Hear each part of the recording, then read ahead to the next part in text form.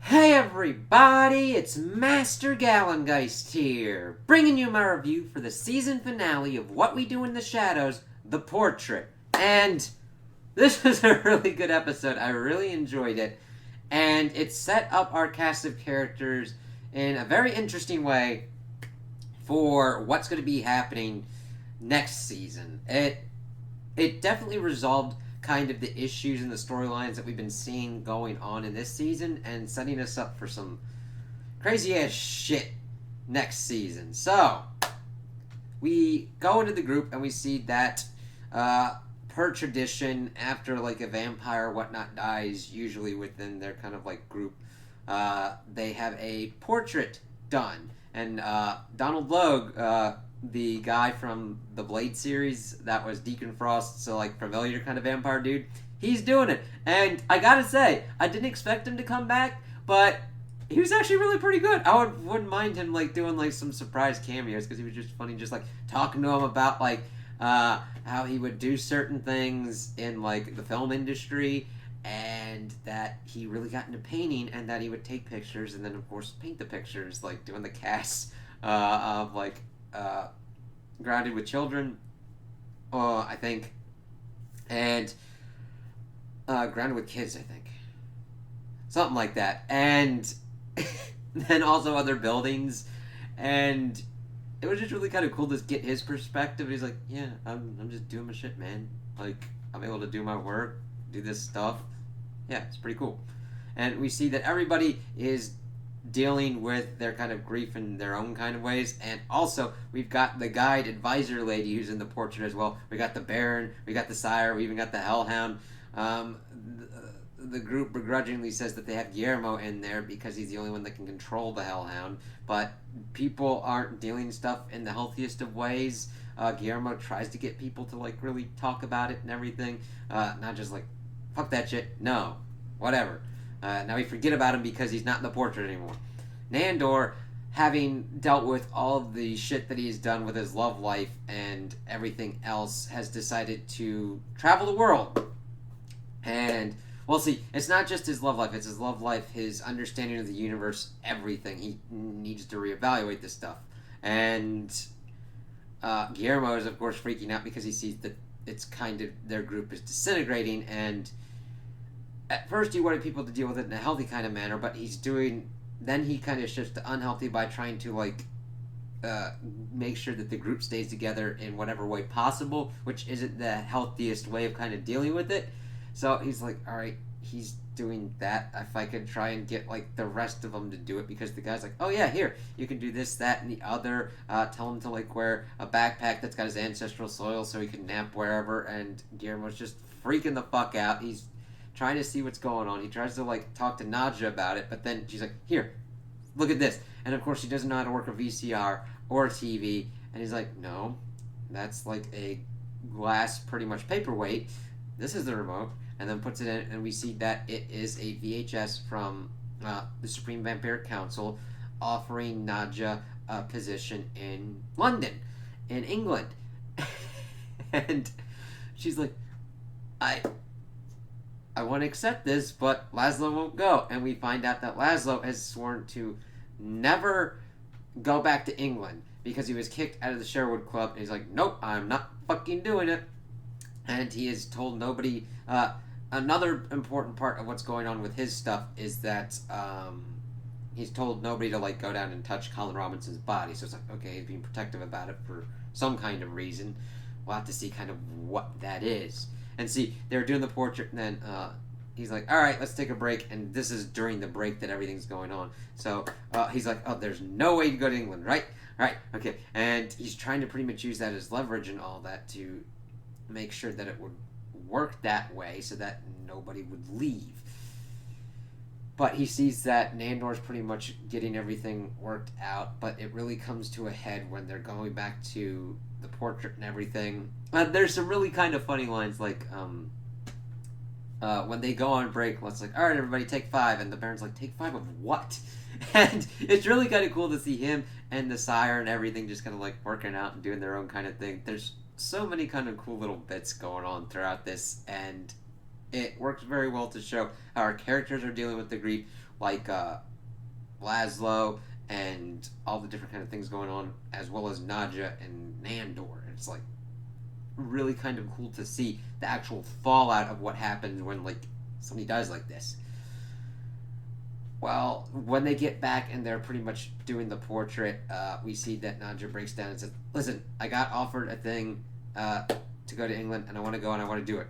And Laszlo's, of course, "Okay, but I'm not going back to England." And she's like, "Yes, I know you made that because you got kicked out of your fancy little club." And he's like, "Do you know why I got kicked out of my fancy little club?" And then he starts explaining, and it's a really good character moment that's just really good depth of emotion for Laszlo, because you think he's just this weird dude who likes to wank a lot and is addicted to porn.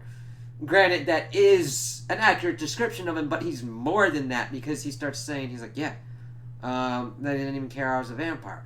But what they really couldn't stand is that I fell in love with pretty much somebody who had no social standing, no last name," and he's pretty much describing her, and she's like, "They kicked you out because of me?" He's like, "Yep." And that's why he refused to ever go back to England. I'm like, damn. That's powerful, that's cool, that's romantic as fucking hell. And she's like, "Yeah, but I got offered a position on the Supreme Vampiric Council. I'd be the top of the cheese, man." And he's like, "Alright, that changes things. Fuck that shit, let's go." And it was just fucking, just how it went from that dime flip. It's like, okay, because when he made that promise to never go back, it's like, they see you as dirt, but like you're returning back as the big bitch. Yeah, that works. And then, of course, Guillermo's fucking freaking out, and Andrew's like, "Fine, I am leaving Staten Island, traveling the world, and doing my own shit." And then he goes to do stuff, and he's like, "Ah, fuck it, Guillermo, what are you doing?" He's like, "You know what? I don't think you should do this, because I've protected you guys and everything, and you wouldn't be alive without me." And Nandor, of course, is like, "Yeah, right. Fucking suck. You can..." And it's the truth. They've gotten into some shady ass shit. He's like, "Oh, you fought off some would-be assassins and shit." And I'm just like, do you hear yourself, you fucking asshole? Like, he fought off a constant stream of goddamn assassins to protect your ass, and you're just like, whatever. And then it just comes to a head, and they start fighting because he thinks that he said, "Anyway, you couldn't hurt us if you tried. We hypnotized you." And Guillermo's like, "Fuck that shit," and goes like, "Yeah, I'm not hypnotized, you dumb fuckers. I just made it seem like it so that way you feel better." And then they start fighting, and Nandor gets a pretty good one of like getting his sword pretty much going. And he's like, oh, you should really polish your sword." What? And then Guillermo fucking takes his legs out from under him and pretty much gets at him pretty good. Not letting like beats his ass or whatnot, but like he throws a knife at him, he catches it and fucking throws it back at him, and of course uses the cross to kind of like pin him against it. He's like, "Alright, you passed the test." Now, do I think that Nandor was actually testing Guillermo? I don't know. I think it's more of an ass-saving move at this point. Because, granted, he does want to kind of, like, go back to his homeland at some point, but the advisor, the guide, is pretty much suggested pretty much riding around on the train, and that would only work for, like, this continent kind of shit. He'd still have to do, like, shit with boats and all that. But she probably didn't know that they were, like, he'd have to really rework his traveling plans. Now, granted, I don't know if his homeland was a part of it until he started doing this shit where he's like, "Hey, we were testing you, make sure you weren't going soft." And he's like, "I want you to accompany me on my trip." And he's like, "Oh, okay, let's kind of see how this goes," because he told him to put the cross down. He's like, "I want you to accompany me, and then when we get to my homeland, the river Tigris, you will bend the knee, and I will make you into a vampire." And he's like, "Yes, yes, yes." And Guillermo is so excited. He's like, "Okay." Granted, this is definitely something that he is deserved. He is put up with 11 years of complete and utter bullshit, of which we have seen 3 seasons worth, so yeah. And he's like so excited. He's like, "Alright, cool, let's do this." And they start getting everything kind of set up. Laszlo and Nadja pretty much getting ready to take a boat trip to go to England. And one of the funny bits is that, like, the Supreme Vampiric Council dude is like, "Yeah, okay, we don't like to wait. So just like videotape your response on a VHS and then send it to us, and then we'll get it eventually. It's like, yeah, vampires have different kind of concepts of waiting, and that is just a funny little shit thing that they did. But they're getting all their kind of stuff racked, pretty much evened out. Guillermo's kind of helping them kind of get worked up, and he asks Nandor to pretty much take his luggage to the train station as well, since it wouldn't make sense to take them to the shipyard, come back to the place, and get his stuff, and then meet him at the train. Nandor, of course, is giving some twos, He's like, oh, you want me to do all this kind of stuff? And it's like, yes, even though he's your familiar, if you can do certain things, you do them, fucknuts. Mm-hmm. And he starts giving some what, but I think he got in his little his mind that he's like, Guillermo did some fucking crazy ass shit, so I better like understand how far I can push certain things. So we see that eventually it gets to the point where Nandor is waiting at the train station with Guillermo's luggage. A little bit that we see is that Laszlo went down to check on Colin Robinson's body, and he starts acting kind of fucking weird.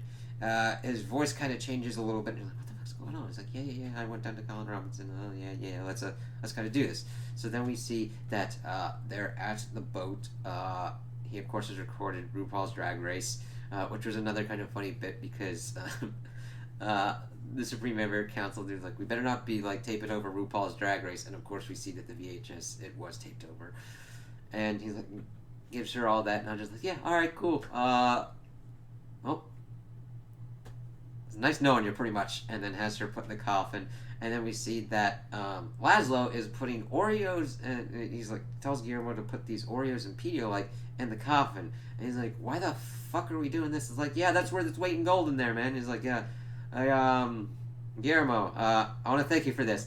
And then he knocks him into the coffin, slams it shut, and he's pretty much, Guillermo's like, what the fuck? Like, his delivery of that line is like, what's going on? We say, listen, I want you to look after Nadja and all that. Thank you. You got all that. You got a hold of, like, piss and shit in. You're good, man. Hopefully you don't expire by the time you guys get to England. Yeah. It's like, what the fuck's going on? Why isn't Laszlo going with Nadja?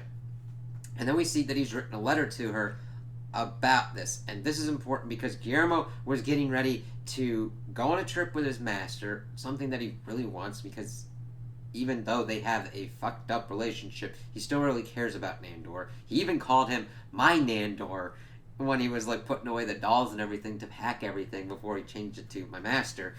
And he made the promise that he was going to turn him into a vampire. But granted, this has been 11 years, and he says, and we'd have to see if he would have done it. I say would have done it because Guillermo wasn't able to meet him at the train station, and Nandor's like, whatever. He looks kind of confused. He leaves Guillermo's luggage there, goes on the train with his little backpack, and like sits down and goes off. So we'll have to see what happens when Nandor gets the information that Laszlo pretty much screwed Guillermo over to pretty much act as bodyguard for Nadja. Granted, I think Laszlo has made perfectly logical kind of decisions. It kind of sucks. He should have like talked with Guillermo and the rest of the housemates about what he had kind of learned. See, this is a great thing because Laszlo does this thing. Now, he does it for the right reasons, but it's wrong in how he goes about and does it. You know what I mean? He doesn't do this to be a complete dick or completely get out of something. Because when he's doing his letter, he's talking about how he's felt he's needed to protect Nadja for a while, but that he recognizes that she doesn't need protection anymore. However, he still wants to kind of like feel that kind of safety by at least sending someone with her so that way she's not alone, which is thoughtful and caring and shows how good of a relationship they have as husband and wife. But he's like, there's some things in this world that are kind of weird and strange and that we don't even understand, because we then are shown as he's narrating his letter that he goes down to Colin Robinson's body pretty much to say goodbye to it, and then sees something that like happened and lifts it, and we see that there's another hole in Colin Robinson's body from his stomach. Now, after I had done my review, I thought about it and like, okay, what are some possible ways that Colin Robinson would come back? One, he could have had sex with the siren and some kind of strange amalgamation baby would have popped out. or something was going on inside of his body and he would like pop out kind of baby style. And he had seen this like trail of whatever, and he like followed it, and we seen this baby with fucking Colin Robinson's fucking head, like crying and shit with glasses. It's like, holy fucking shit, that's a goddamn way to bring him back. And I'm like, alright, now I want to learn what the fuck's going on with this and see, and that pretty much is the impetus for Laszlo's decision of sending Guillermo there, because he needs to be here to take care of Colin Robinson's Phoenix kind of style thing, where like his one body died and then he popped out again. It's really interesting because I really want them to go in depth with the lore implications of this, because Laszlo might have just read the headline of like, energy vampires have a life expectancy of 100 years, but then go into a kind of death state and come back out again. Colin Robinson's memories of his parents could have been kind of different, because he might not have completely known what was going on with them, because they might have just fucking found this crazed ass little baby body with this fucking adult head and been like, alright, we'll take care of this thing because it needs kind of help, even though it's freaking me the fuck out, but yeah. And those might not be his parents. Like, Laszlo is going to effectively be his parent until he's like able to be big enough to like do shit. Now, do I foresee that it'll be like baby with Colin Robinson head the whole next season? Fuck no. Maybe about like an episode or two. I'd say one episode max. One episode at least, two max. But then again, I have faith in these writers and these showrunners and these actors, because they have proven nice and good quality content. And even if they do it out a little bit longer, as long as they're able to execute like they've been doing, we're good. And after he's done like narrating, we see him pretty much putting the portrait up, and then we see that he's dressed the baby up in kind of baby clothes as it's screaming at the camera with the fucking face of Colin Robinson. And I'm like, I'm glad he's not dead, but we'll have to see how this definitely changes things, if he will still be the Colin Robinson that we've kind of known, or what kind of behavioral changes will kind of work into effect. If, say, energy vampires live for like 100 years, and then they kind of die and then pop back out of their bodies, if they kind of just have some kind of differences or have some kind of changes, we'll have to kind of see about that. And I'm really excited about that, because that does mean that this isn't completely undoing Colin Robinson's death. It has had repercussions. We might see kind of different kind of changes, but we still kind of have that character around in a different kind of way that could have great, interesting kind of opportunities for crazy-ass stories and crazy-ass character developments to go on. So I liked seeing that we came to a head of how the stories were kind of handled to their logical conclusions, and setting up some kind of crazy-ass sets and not ending on kind of cliffhangers. Granted, you could almost term that like, hey, Laszlo kind of raising a baby is kind of a cliffhanger, but it's kind of done. We have that kind of initial starting off point. It's not like somebody was like shot, died, and just like, what the fuck, fade to black kind of shit. No, we got the endings, and then we've got this beginning, and we've got the setup. That's cool. It's like, alright, I'm ready to see what's coming next. So those are my opinions on the episode. Tell me what you guys think in the comments below. If you liked it, if you didn't like it, if you agree with me, if you disagree with me. Also like and subscribe, and I hope you have a good day.